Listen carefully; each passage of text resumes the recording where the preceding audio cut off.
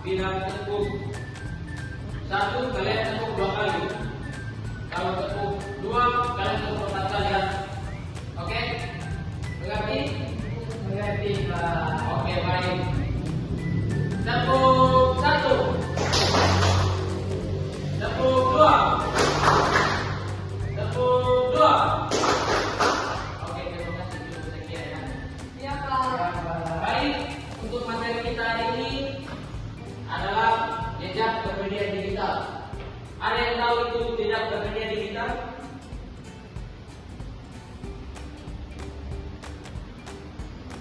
Sudah ada yang tahu? Jejak kepribadian digital. Saya tahu, Pak. Nah, apa itu? Coba. Jejak itu kan artinya bekas dari bekas atau jejak yang ditinggalkan di dunia digital, Pak. Oke, baik. Terima kasih Andi. Tepuk tangan buat Andi. Nah, ternyata di kelas kalian kita semua ya. Ya, Pak.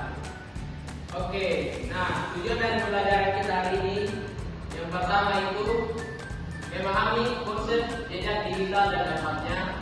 Terus yang kedua mengenal berbagai jenis media sosial dan penggunanya.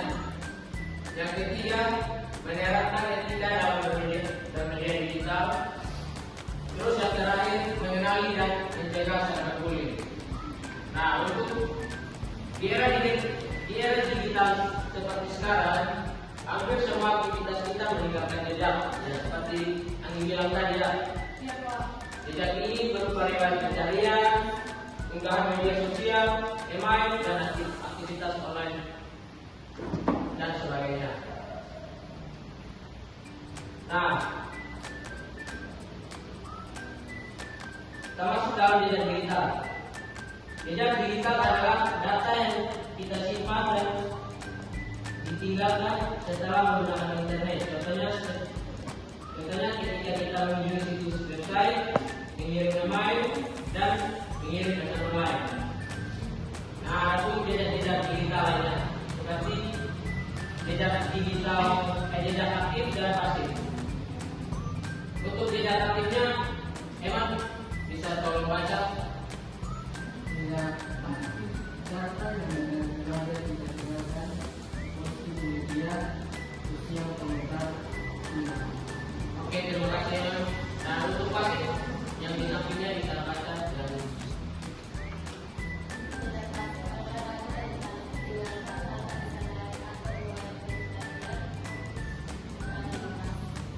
nah, untuk jejak aktif di sini data yang sengaja kita tinggalkan atau postingan sosial di media sosial. Seperti teman-teman menggunakan Facebook. Nah, biasakan teman-teman menggunakan Facebook untuk memposting foto, ini biasa berinteraksi dengan komentar dengan teman-teman semua. Nah, itu yang disebut jejak aktif. Dan untuk pasifnya, data yang digunakan tanpa disadari, seperti data-data pencarian teman-teman yang di Google, seperti teman-teman mencari sebuah berita, nah tanpa disadari itu data teman-teman itu sudah dirangkum semua. Nah, itulah data jejak pasif. Nah, untuk berikutnya adalah risiko jejak digital. Yang pertama itu adalah pencurian dan penyalahgunaan data pribadi. Yang kedua, mempengaruhi reputasi digital. Yang ketiga, kesalahpahaman konten yang diunggah. Yang keempat, penyebaran konten di luar sasaran. Nah, ada pun caranya untuk melindungi jejak digital kita, teman-teman. Nah, untuk di sini setelah kita bantu saya untuk membaca hari ini. Cara melindungi jejak digital. Yang pertama, periksa ketersediaan informasi di internet. Yang kedua, hindari berbagai penyalahgunaan kepentingan di media sosial. Yang ketiga, akun media sosial yang tidak digunakan. Yang keempat, dan yang ketiga, ulangi kebijakan. Yang kelima, gunakan sistem dengan protokol HTTPS. Yang keenam, bangun citra diri dengan situs internet. Yang terakhir, tidak seluruh Oke, baik, terima kasih.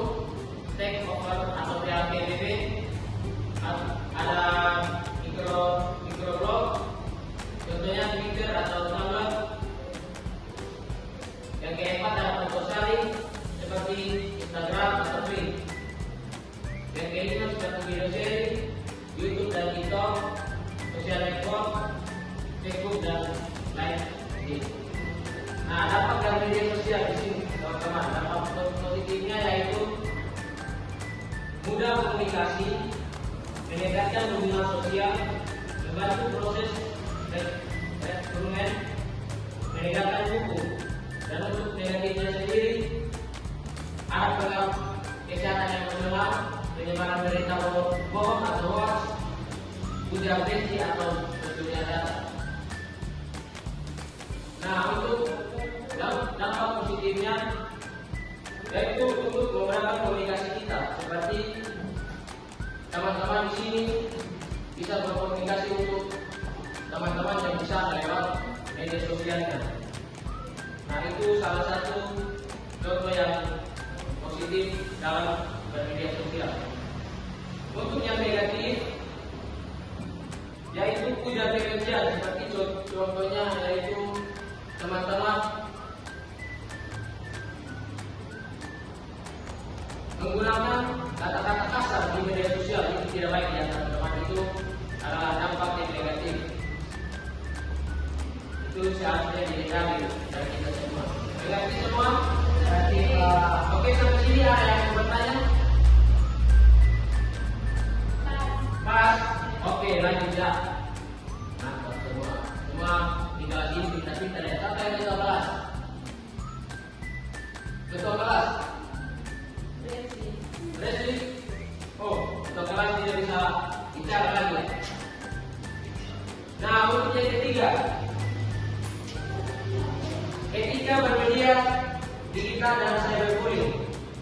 Nah, teman-teman, etika bermedia digital adalah tentang sikap dan perilaku yang baik dan sopan, baik dari diri sendiri maupun bersama orang lain. Nah, adapun aturan etiket bermedia sosial, yaitu aturan etiket dan etiket di internet. Yang pertama, sudah baca lagi,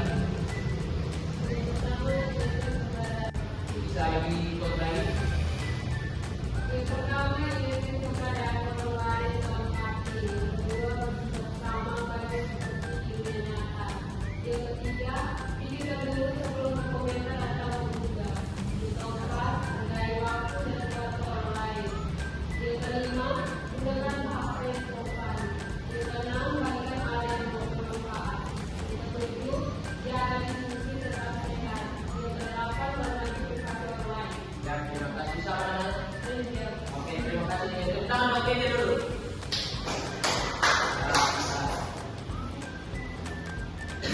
Nah, cyberbullying di sini adalah perundungan yang terjadi di dunia maya menggunakan media digital seperti media sosial, aplikasi chat, dan game online. Nah, Pak mau tanya, kira-kira aplikasi chat ini apa? Yang menurut teman-teman tahu? WhatsApp. Oke, selain WhatsApp apa lagi? Telegram, ya. Facebook, Facebook juga bisa ya? Oh ya, betul. Oke, baik. Terima kasih ya.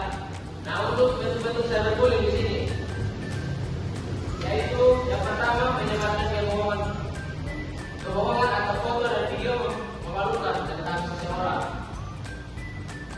Yang kedua, mengirim kesan kasar, hinaan atau ancaman yang seperti Pak bilang tadi, tidak boleh menggunakan kata-kata kasar di media sosial, yang itu sebagai bentuk cyberbullying.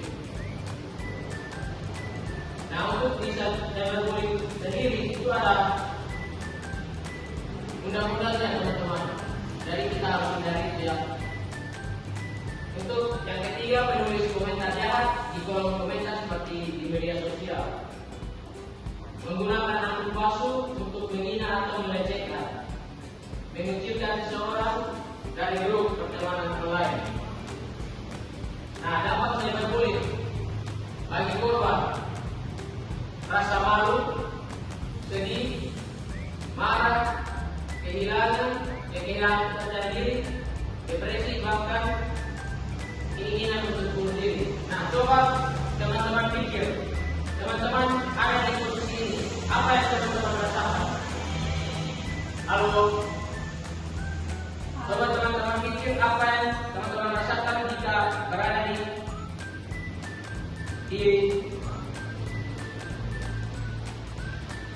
posisi ini?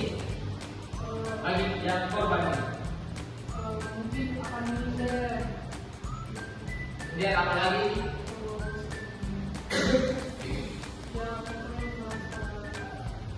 Narasikan ya. Oke, baik. Terima kasih ya tentang Mas Adi. Nah, untuk pelakunya sendiri, yaitu cenderung agresif, dijauhi teman-teman dan berpotensi melanggar hukum.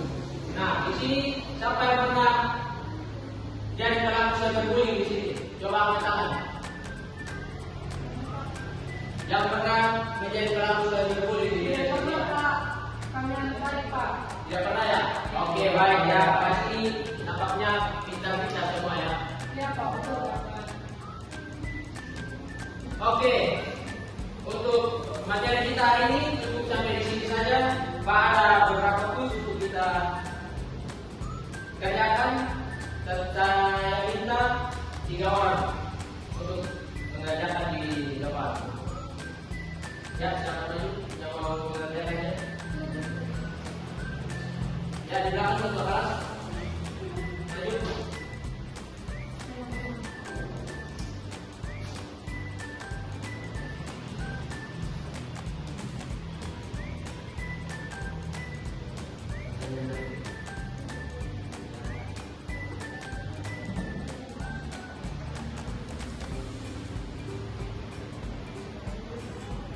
Untuk kelas biar untuk kelas yang mengerjakannya saja. Ya, Pak. Oke.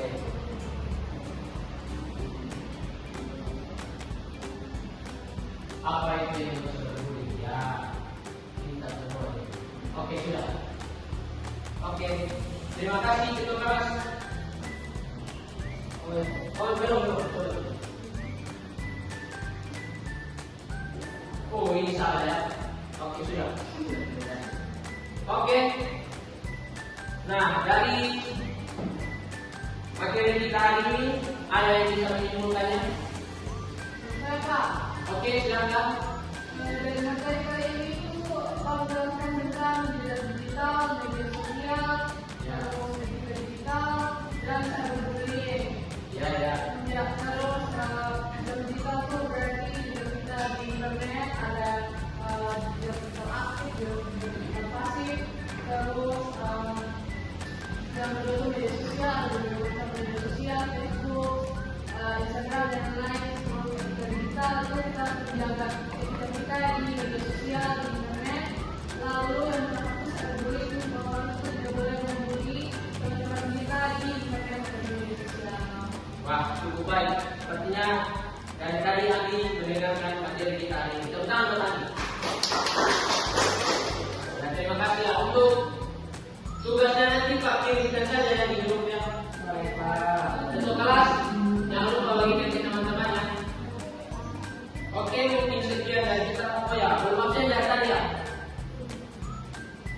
Angel. Oke, hadir. Christine. Anggi. Hadir, Pak.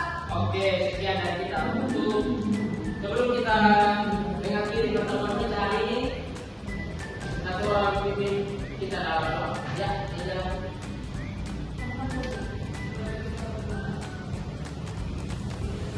Oke, terima kasih ya. Nah, untuk pertemuan